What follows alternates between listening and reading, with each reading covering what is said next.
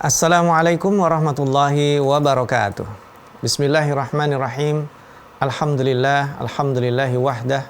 Assalatu wassalamu ala Rasulillah wa ala alihi wa ashabihi wa man walah. Amma ba'd. Para pemirsa TV-mu yang berbahagia, alhamdulillah berjumpa kembali dalam serial Tafsir Al-Azhar. Kita bersama Ibu Hamka dalam mendapatkan mutiara-mutiara hikmah dari kalam-kalam Allah, ayat-ayat suci di dalam Al-Quran. Kita insya Allah sampai pada episode yang ke-88. Insya Allah kita baca dan kita tadabburi ayat-ayat dari surat Ali Imran di 110 sampai 112. Mohon izin saya bacakan ayat-ayat ini seperti biasa. A'udzu billahi minasyaitonir rajim. Kuntum khaira ummatin ukhrijat lin-nasi ta'muruna bil ma'rufi wa tanhauna 'anil munkar وَتُؤْمِنُونَ بِاللَّهِ وَلَوْ آمَنَ أَهْلُ الْكِتَابِ لَكَانَ خَيْرًا لَهُمْ مِنْهُمُ الْمُؤْمِنُونَ وَأَكْثَرُهُمُ الْفَاسِقُونَ لَنْ يَضُرُّوكُمْ إِلَّا أَذًى وَإِنْ يُقَاتِلُوكُمْ يُوَلُّوكُمُ الْأَدْبَارَ ثُمَّ لَا يُنصَرُونَ ضُرِبَتْ عَلَيْهِمُ الذِّلَّةُ أَيْنَمَا ثُقِفُوا إِلَّا بِحَبْلٍ مِّنَ اللَّهِ وَحَبْلٍ مِّنَ النَّاسِ وَبَاءُوا بِغَضَبٍ مِّنَ اللَّهِ وَضُرِبَتْ عَلَيْهِمُ الْمَسْكَنَةُ ذَلِكَ بِأَنَّهُمْ كَانُوا يَكْفُرُونَ بِآيَاتِ اللَّهِ وَيَقْتُلُونَ الْأَنْبِيَاءَ بِغَيْرِ حَقٍّ ذَلِكَ بِمَا عَصَوْا وَكَانُوا يَعْتَدُونَ. Artinya, kamu adalah sebaik-baik umat yang telah dikeluarkan antara manusia, karena kamu menyuruh berbuat yang ma'ruf dan melarang perbuatan yang mungkar, serta percaya kepada Allah. Dan kalau sekiranya berimanlah ahlul kitab, sesungguhnya itulah yang baik bagi mereka. Tetapi antara mereka ada yang beriman, dan kebanyakan mereka adalah orang-orang fasik. Tidaklah mereka akan membahayakan kamu kecuali mengganggu sedikit, dan jika mereka memerangi kamu, mereka akan berbalik punggung kepada kamu atau kalah. Sesudah itu mereka tidak akan dimenangkan. Mereka itu ditimpa kehinaan di mana saja mereka berada, kecuali jika mereka berpegang pada dalih Allah dan tali manusia. Sepantasnya mereka kena murka Allah dan ditimpa kehinaan atau kemiskinan. Yang demikian itu ialah karena sesungguhnya mereka telah kufur kepada ayat-ayat Allah dan mereka bunuh nabi-nabi dengan tiada kebenaran. Demikianlah karena mereka telah durhaka dan melanggar peraturan. Para pemirsa, Buya Hamka memberikan subjudulnya adalah yang sebaik-baik umat. Ini diambil dari kata-kata khaira ummah. Nah, pada ayat yang telah lalu kita diperintah untuk menjaga jamaah ini, membuat komunitas dengan melakukan amar ma'ruf nahi mungkar. Nah, ayat ini menegaskan lagi sebagai bentuk konkret untuk mewujudkan al-khairiyah atau keunggulan. Kalau ingin menjadi penggerak peradaban, menjadi umat yang terbaik, menjadi bangsa yang terbaik, maka tidak bisa tidak itu ditempuh melalui kegiatan atau proses, yaitu amar ma'ruf nahi mungkar. Dan dijelaskan untuk mencapai derajat yang demikian, yaitu sebaik-baik umat, yaitu ya dengan amar ma'ruf nahi mungkar dan mengimani Allah Subhanahu wa taala. Ini menjadi 3 dasar mutlak untuk sebuah mutu. Ya, hakikatnya adalah satu, yaitu amar ma'ruf, yang kedua nahi mungkar, yang ketiga adalah trust dan iman kepada Allah Subhanahu wa taala. Nah, ini kemerdekaan kemauan kalau istilah Buya Hamka. Jadi pilihan, kamu diberi pilihan. Kalau mau menjadi yang terbaik ya amar ma'ruf nahi mungkar. Kalau tidak mau melakukan itu ya sebaliknya akan terkena kehinaan. Karena kan kemarin kita membahas tentang kewajiban berdakwah dan melakukan amar ma'ruf nahi mungkar. Keberanian menyatakan bahwa ini adalah ma'ruf, tetapi lebih sulit menyatakan bahwa ini adalah mungkar. Ini terkait dengan konsep ya. Menyatakan ini ma'ruf itu perlu keberanian, tapi menyatakan ini adalah mungkar yang harus dicegah dan harus diubah itu lebih berat juga.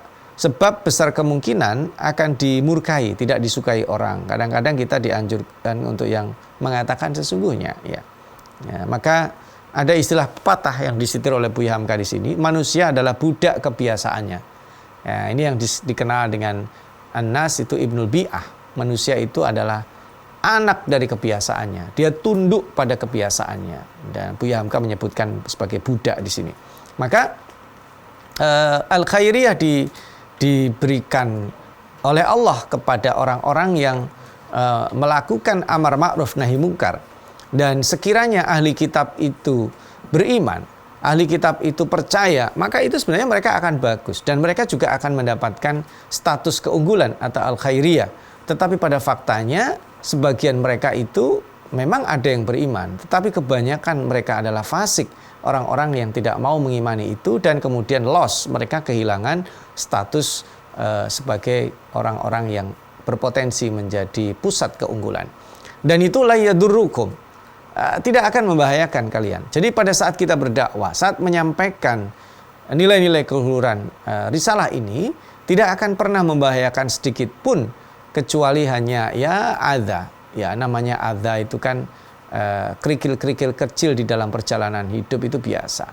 Ya, jadi kalaupun mereka memerangi, mereka pun akan takut dan akan dikalahkan, serta mereka tidak akan dimenangkan oleh Allah Subhanahu wa taala. Mereka akan hina. Kehinaan itu jangan dipandang dengan materi. Bisa jadi mereka berkelimang materi, tapi manusia tidak mau mendekat pada mereka. Bisa jadi mereka punya pengawal, bisa jadi mereka punya manajemen yang bagus, tetapi mereka diabaikan oleh lingkungannya. Mereka tidak dikenang. Mereka dikenal justru karena keburukannya. Ini ada hal-hal yang paradoks dengan yang mereka capai. Ya, mereka mengklaim sebagai orang-orang yang punya pusat keunggulan, tetapi kemudian mereka sesungguhnya adalah hina dengan sikapnya itu. Maka dari itu, dari kemauan dan kebebasan, kata Buya Hamka, masyarakat ini akan mendapatkan martabat setinggi-tingginya. Setidaknya ada 3. Yang pertama, kebebasan kemauan iradah dalam bahasa Indonesia yang lama dikenal dengan karso atau karsa. Kebebasan menyatakan pemikiran itu disebut dalam bahasa Indonesia dengan priksa. Dan kebebasan jiwa dari keraguan, ini yang dalam bahasa bahasa Indonesia disebut dengan rasa. Nah, ketiganya itu mesti ditopang dengan 3 dakwah, pilar dakwah khairiyah tadi itu. Dakwah keunggulan, yaitu dengan amar ma'ruf nahi mungkar dan keimanan. Bagaimana penjabarannya para pemirsa? Bersabar dulu, kita akan lanjutkan setelah jeda yang berikut. Para pemirsa, seseorang yang punya iradah, punya kemauan yang kuat, lalu dia memilih untuk menjemput keunggulannya, dia melakukan amar ma'ruf, tentu dia akan dibekali ilmu. Karena dia akan tahu, ma'ruf itu bukan sekedar yang dia rasa nyaman dan enak, tapi itu adalah sesuatu yang dima'rufkan oleh syariat ini. Dan tentu juga akan diterima oleh masyarakat. Dan demikian kemauan dia untuk mencegah. Makanya nahi mungkar itu, nahi itu preventifnya mencegah. Tapi kalau sudah terjadi kemungkaran, maka itu juga mengubah. Kalau kemungkaran itu ada konsekuensi hukumnya, berarti ada punishment, penegakan hukum atau law enforcement. Maka dalam melakukan ini ditegakkan dengan iradah. Iradah itu karso. Maka nanti setelah ada karso tadi itu pikiran. Pemikiran itu adalah untuk mendewasakan atau ilmu. Dan kalau itu sudah terjadi, maka nanti dia punya rasa. Jiwanya itu terbebaskan dari belenggu-belenggu yang bisa menghambat kemajuan. Maka itulah dia akan mendapatkan khairiyah. Nah, cita itulah yang akan mendorongnya mencapai kepada kesempurnaan.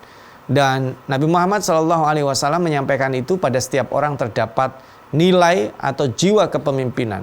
Kullukum ra'in wa kullukum mas'ulun an ra'iyati. Setiap Anda, setiap kita, setiap dari siapapun yang mendapat pesan ini, message ini adalah pemimpin.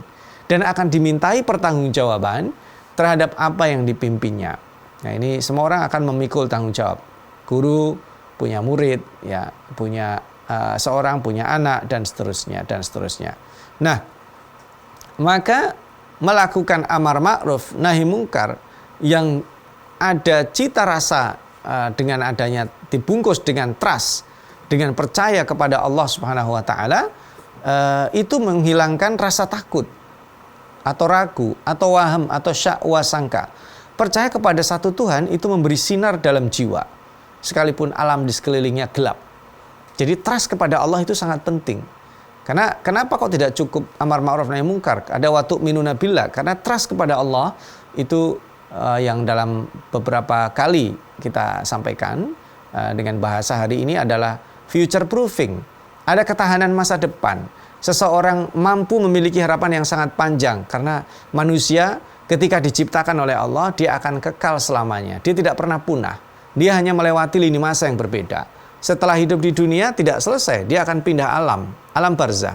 Setelah itu pindah alam ke alam akhirat. Setelah itu dia akan kekal di sana, khalidina fiha. Maka dia memiliki percaya itu. Itulah yang membuatnya trustnya kuat. Itulah yang membuatnya termotivasi. Ya, ini percaya kepada Allah menjadi dinamo dalam istilah Buya Hamka yang menghidupkan auto aktivitas. Oh, keren sekali bahasa Buya Hamka ini ya. Dia menjadi dinamo, menjadi penggerak. Itulah yang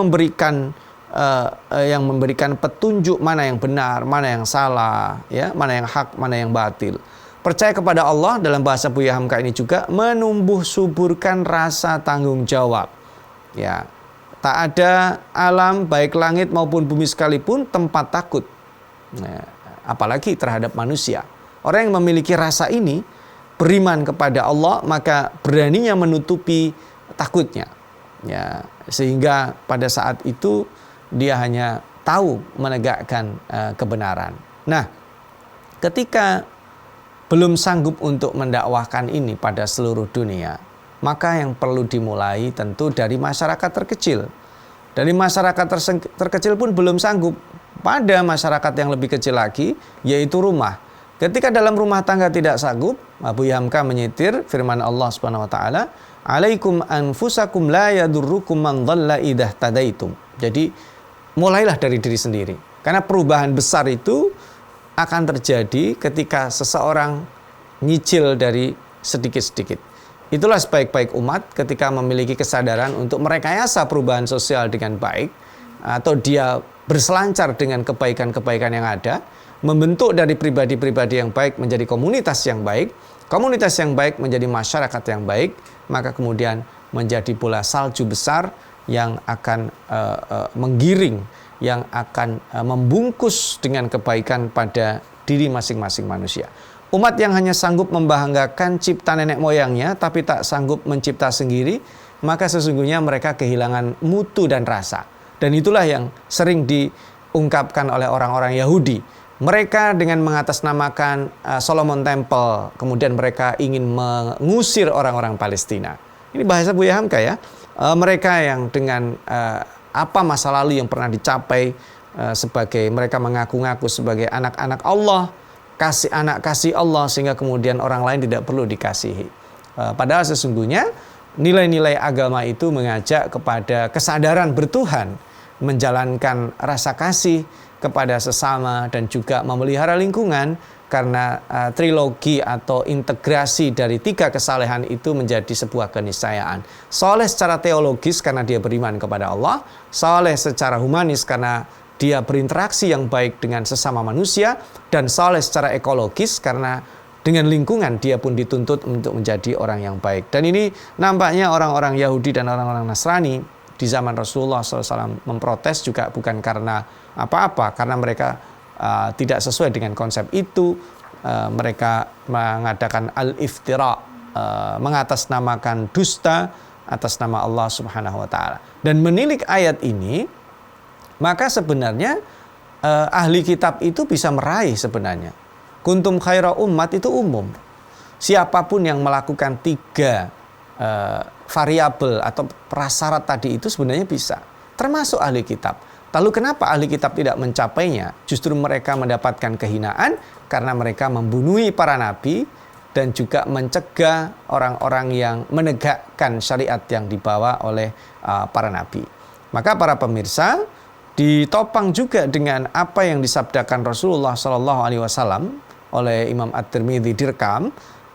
Saya bacakan apa yang ditulis oleh Buya Hamka. La ta'murunna bil ma'rufi wa la tanhauna 'anil munkari au la yushikanna Allahu ay yab'atsa 'alaikum iqaban minhu thumma tad'unahu fala yustajabu lakum. Maka harusnya kalian menyuruh pada perbuatan ma'ruf, mencegah perbuatan mungkar, atau kalau tidak, siksa Allah boleh jadi akan menimpa kepadamu. Lalu kamu memohon supaya siksa itu dihentikan, tetapi permohonan kamu itu tidak dikabulkan. Jadi jangan pernah kita meninggalkan amar ma'ruf nahi mungkar. Dan apa kaitannya yang menyebabkan ahli kitab itu tidak bisa menjadi umat terbaik? Ya, kita tunggu jawabannya setelah jeda berikut. Para pemirsa, bangsa Yahudi atau umumnya memang disebut itu ya, karena setelah pembicaraan dengan Bani Najran, kaum Nasrani Bani Najran itu selesai, orang-orang Yahudi membantah. Dan mereka, perbantahan mereka itu sebenarnya kan begini, kalau istilah yang Buya Hamka sampaikan, termasuk juga ayat Al-Quran tadi yang kita baca, Allah menyatakan jelas-jelas, walau amana ahlul kitab lakana khairal lahu. Kalau ahli kitab di zaman Nabi Muhammad beriman, mereka juga akan bisa mendapatkan status al-khairiyah tadi itu, keunggulan itu. Tetapi pada faktanya mereka membantah. Karena minhumul mu'minun, ada yang beriman, tapi ini sedikit. Wa aktsaruhumul fasiqun, kebanyakan mereka itu fasik, menolak, memusuhi, ingkar, durhaka. Maka itulah yang menyebabkan terhalang mereka dari pusat-pusat keunggulan. Nah ingat, pusat keunggulan ini jangan dinilai dari sisi materi. Nah, maka akan sangat paradoks, mohon maaf. Hari ini ada yang melakukan survei dan kemudian dipublish. Katanya penduduk orang Israel itu di antara penduduk yang paling bahagia di dunia. Bagaimana mungkin itu terjadi? Mereka melakukan perampasan, mengusir orang yang sudah ada di situ, mengatasnamakan nenek moyang, lalu mereka bahagia. Faktanya kan tidak. Ya. Secara peralatan mereka itu disuplai untuk membunuh. Takut pada anak-anak, mereka bunuhi anak-anak dan perempuan. Mereka mengklaim bisa menaklukkan para pejuang. Faktanya tidak terjadi. Pelampiasannya pada anak-anak yang tidak berdosa, pada orang-orang yang tidak berdosa. Faktanya pada gencaran senjata pun mereka memulai merusaknya dengan menumpahkan darah. Nah, itulah yang menyebabkan mereka terganggu, statusnya tidak bisa sampai pada pusat-pusat keunggulan. Pusat keunggulan itu secara normatif, bukan secara materi. Bisa jadi secara materi mereka maju, mereka punya teknologi, tetapi mereka tidak mendapatkan al-khairiyah yang dimaksud. La yadurrukum, mereka tidak akan membahayakan, nggak akan kok. Mereka itu hanya merupakan gangguan-gangguan kecil, yang sebenarnya al-khairiyah itu adalah pada status yang lebih substantif, bukan pada hal-hal yang sifatnya materi. Nah, poin yang ketiga di 111 itulah yang menjadi pokok yang terjadi hari ini. Duribat alaihimud dhillatu aynama thuqifu. Mereka itu akan menjadi terhina. Mereka itu tidak pernah mulia dimanapun mereka berada. Aynama thuqifu.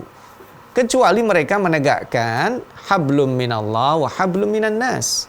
Ya, hubungan baik dengan Allah mereka cederai. Hubungan baik dengan manusia apalagi.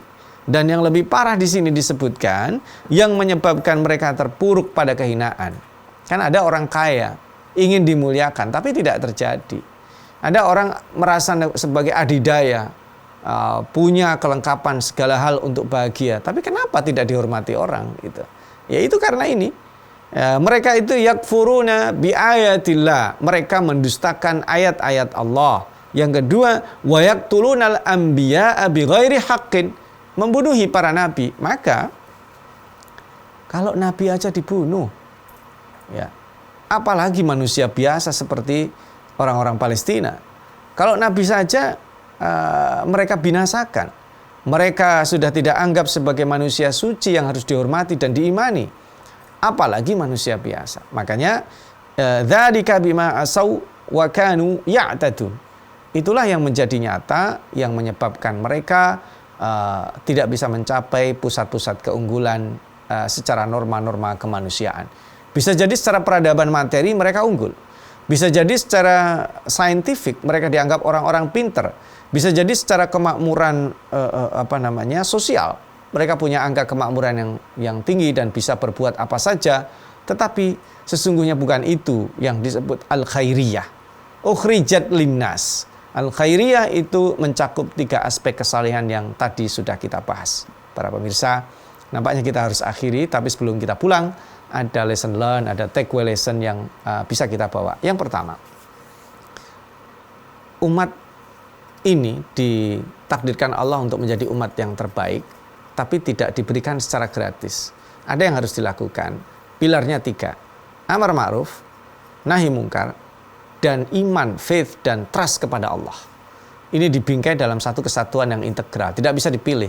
Pilih 1 dari 3 boleh nggak? Nggak bisa. 3 itu menjadi satu kesatuan. Kalau itu terjadi, beriman kepada Allah adalah sumber kekuatan. Dia tidak takut lagi pada semua jenis resiko dalam dakwahnya. Makanya yang kedua, ya kalau mereka diingkari yang tidak membahayakan kok.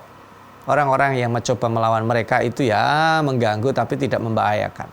Sekalipun kita lihat secara fisik mereka zalim membunuhi, tapi sesungguhnya itu kecil jika dibanding dengan status dikenalnya para pejuang, orang-orang yang sedang meraih kebebasannya, keluar dari cengkraman penjajahan, itu lebih dikenang dan lebih kekal namanya dibanding mereka orang-orang yang durhaka dan zalim itu.